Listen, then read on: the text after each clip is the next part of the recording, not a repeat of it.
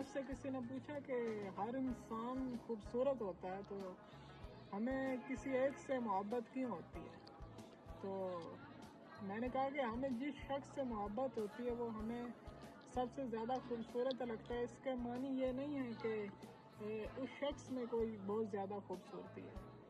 इसके मानी यह है कि आप उस खूबसूरती को उस नज़र से देखते हैं। वही शख्स बहुत से लोगों के लिए एक आम शख्स होगा। मुश्ताक अहमद यूसुफी साहब कहते थे कि एक आम शख्स की जो बात सबसे बड़ी बकवास लगे, अगर महबूब वही बात करेगा तो हमें वो अदा लगेगी।